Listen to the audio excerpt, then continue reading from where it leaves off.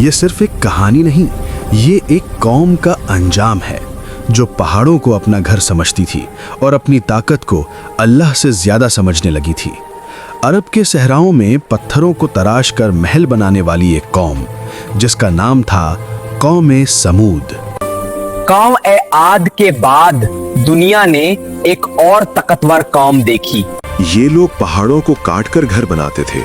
उनके शहर पत्थर के थे। उनकी दीवारें उनके गुरूर की तरह मजबूत थीं। कौम आद के तबाह होने के बाद इंसान ने फिर से भूलना शुरू कर दिया। वही गुरूर, वही तकब्बुर, वही गलत यकीन, और कहते थे हमसे ज्यादा ताकतवर कौन है? कोई नहीं। उनका अकीदा था हम मरते नहीं, हम सिर्फ पत्थर के साथ जिंदा रहते हैं। मगर एक चीज कम थी, अल्लाह का खौफ। अल्लाह ने उन पर रहमत करते हुए उन्हीं में से एक शख्स को चुना, हजरत सालेह अलैहिस्सलाम। हजरत सालेह अलैहिस्सलाम अपनी कौम से कहते हैं, ऐ मेरी कौम, सिर्फ अल्लाह की बंदगी करो, उसके सिवा तुम्हारा कोई मबूद नहीं। समूद के सरदार बोले, तू रसूल नहीं, तू सिर्फ बोलने वाला आदमी है। ऐ सालेह, तू भी तो हम जैसा ही इंसान है, क्या अल्लाह को कोई और नहीं मिला? समूद के लोग सालेह अलैहिस्सलाम को ताने मारते हैं और कहते हैं, ऐ साली, लगता है तू परियों की बातें करता है। तू चाहता है हम अपने बाप दादाओं के खुदा को छोड़ दें? हम सदियों से जिन्हें पूछते आए हैं उन्हें एक दिन में छोड़ दें। समूद के लोग आपस में बात करते हैं और कहते हैं, कुल साले पर जादू हो गया है, ये झूठा जादूगर है, ये हमें गुमराह कर रहा है। अगर तू चुप नहीं हुआ तो हम तुझे शहर से निकाल देंगे। याद रख, हम बहुत ताकतवर हैं। मैं तुम्हारा दुश्मन नहीं, मैं तुम्हारा भला चाहता हूँ। ऐसा अगर तू सच्चा है तो निशानी दिखा। अल्लाह का हुक्म हुआ। हजरत सालेह अलैहिस्सलाम ने अल्लाह से दुआ की और पत्थर का पहाड़ हिला और उसमें से एक जिंदा ऊंटनी निकली। लोग सन्न रह गए। वक्त गुजरता गया और सब सही चलता रहा।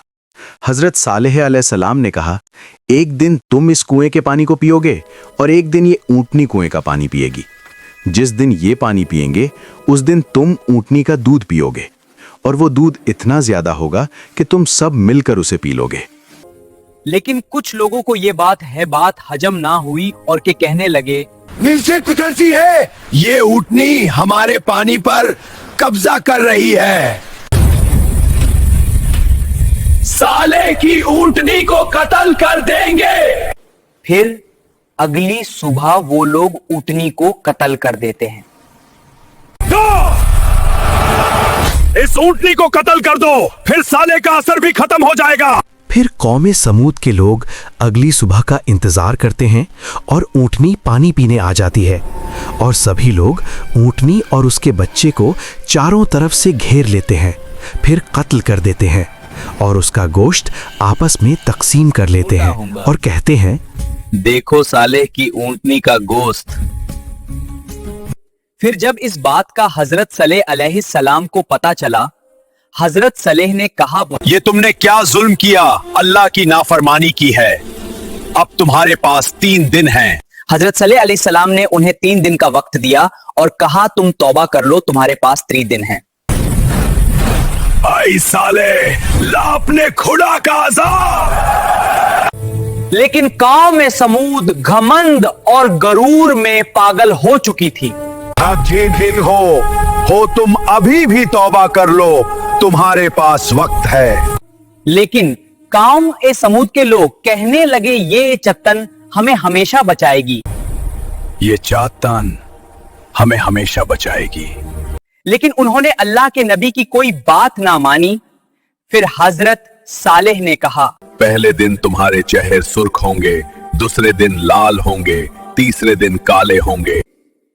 फिर वही हुआ जो सालेह अलैहिस्सलाम ने कहा।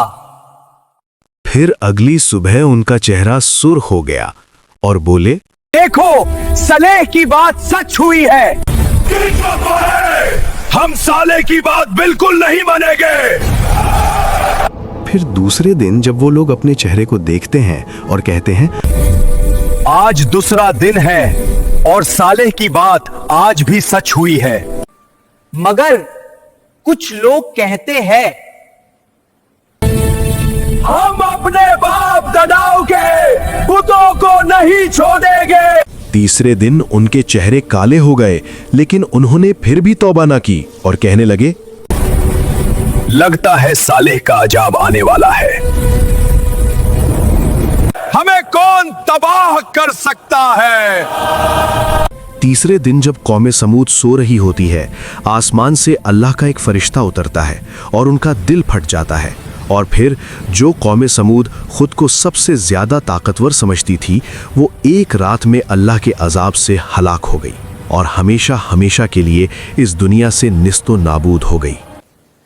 उनमें से बस कुछ लोग ही बच पाए जो हजरत सलेह अलैहिस्सलाम पर ईमान लाए थे। और फिर हजरत सलेह अलैहिस्सलाम अपनी कौम को छोड़कर चले गए थे। दोस्तों, इस वाक़े से पता चलता है अल्लाह की ताकत के आगे पूरी दुनिया की ताकत फीकी है।